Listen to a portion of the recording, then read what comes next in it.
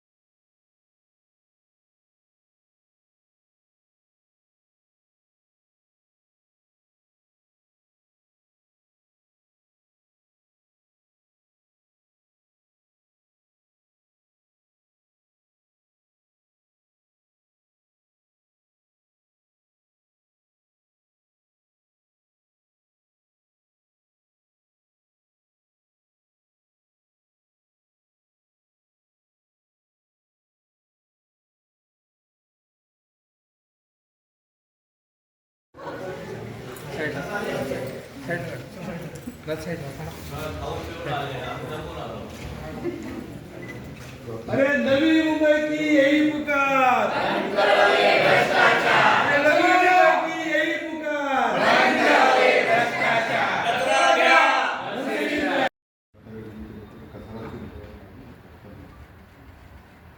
उपलब्ध जे काही साधनं आहे त्या साधनांचा विचार केल्यानंतर आता सध्याची परिस्थिती केंद्र शासनाची जी विधान आहे स्पष्ट सूचना आहे की हे सगळे कचरा जे जे थांबले त्यासाठी तुम्ही प्रक्रिया केली जाते आणि खास धोरणाचा भाग घेऊन किंवा राज्य शासनाचे त्याच्यामध्ये स्पष्ट सूचना की मग याच्यावर आपण एकत्रितरित्या काय विचार करतो त्याच्यासाठी इतिहास आहे।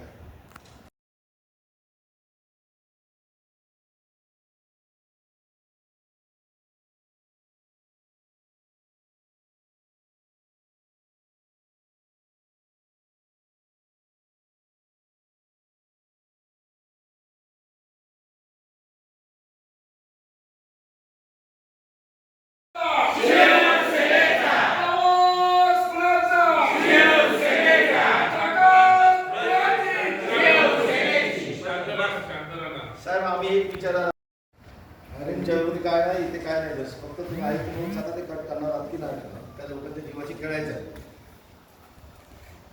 मला वाटतं की आपण दोन गोष्टी बघितल्या पाहिजे। नगरपालिकेसाठी आता जो काही कचऱ्याची जागा आपण रोज पडत हो, तिथले गरीब झोपडपट्टीवासी आणि इतर ठिकाणचे लोक म्हणणार आहेत ह्या लोकांना लोकांची काही पडलेली नाही, आम्ही प्रकल्प तिथेच करणार। कारण हा जो भ्रष्टाचार करून सागर नाईक साहेबांनी जी गाडी घेतली त्याच्याकडनं हा 1988 बेनामी प्रॉपर्टी ऍक्ट त्याच्या खाली येतो आणि देणाऱ्यालाही 7 वर्षाची शिक्षा आहे आणि घेणाऱ्यालाही शिक्षा आहे। आणि हे प्रकार फक्त एवढं आम्ही निदर्शन करून थांबणार नाही, आम्ही हे अँटी करप्शन पर्यंत पोहोचवू, आम्ही इन्कम टॅक्स डिपार्टमेंट पर्यंत पोहोचवू आणि आम्ही शिवसेनेतर्फे PL देखील दाखल करणार आहे। ती मर्सिडीज त्यांनी का घेतली आणि दुसऱ्या दिवशी 729 कोटीचं त्याला कशी वर्क ऑर्डर दिली ह्याची पूर्ण PL करणार आणि याचा पूर्ण तपास झाला पाहिजे। सागर नाईक साहेब महासभेमध्ये पण अशीच मनमानी कारभार करून आजपर्यंत त्यांनी सर्व असेच कार्यक्रम केलेले आहेत, त्यांच्यामुळे भारतीय जनता पार्टीचं देखील नाव खराब होत आहे। ह्या लोकांना कसली काय पडलेली नाही, फक्त भ्रष्टाचार करायचा, बाहेर येऊन बोलायचं माझे हात स्वच्छ आहेत, आमच्या घरातले सर्व स्वच्छ आहेत, आणि आता पुरावा दिला ना तर घ्या त्यांचा राजीनामा. त्यांनी राजीनामा दिला पाहिजे. काय म्हणाल की आता रस्ते च्या बाबतीत असेल, नाले सफाई असेल किंवा इतर फुटपाथ हे भ्रष्टाचार होत होता, आता कचऱ्यामध्ये देखील भ्रष्टाचार व्हायला लागला. कचऱ्यातले पैसे पण हे लोक खात आहेत. तर आता बाकीचे काय काय केलं असेल सर्वांचं ऑडिट झालं पाहिजे.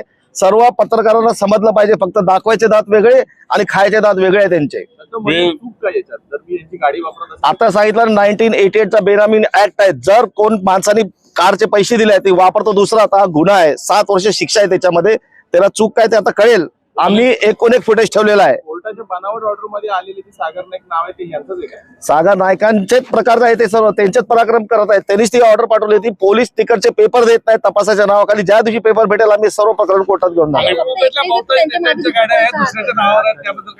नाही, दुसऱ्यांच्या गाड्या दुसऱ्यांच्या नावावर असतील पण त्या ठिकाणी कुठल्या तरी कॉन्ट्रॅक्टरच्या नसतील.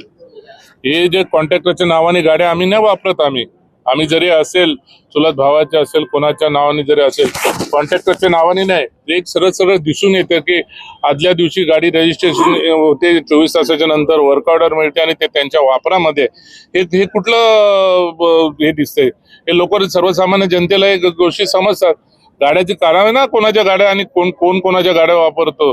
कॉन्ट्रॅक्टरच्या गाड्या आम्ही नाही वापरत. आणि वेळ आली तर आता किशोरने सांगितलं तसं ठीक आहे, कोर्ट वगैरे ह्या गोष्टी ठीक आहेत, पण वेळ आल्यानंतर पूर्णपणे आम्ही रस्त्यावरती उतरू आणि महामोर्चा काढण्याचा आम्ही प्रयत्न करू. शांत बसणार नाही. सुरेश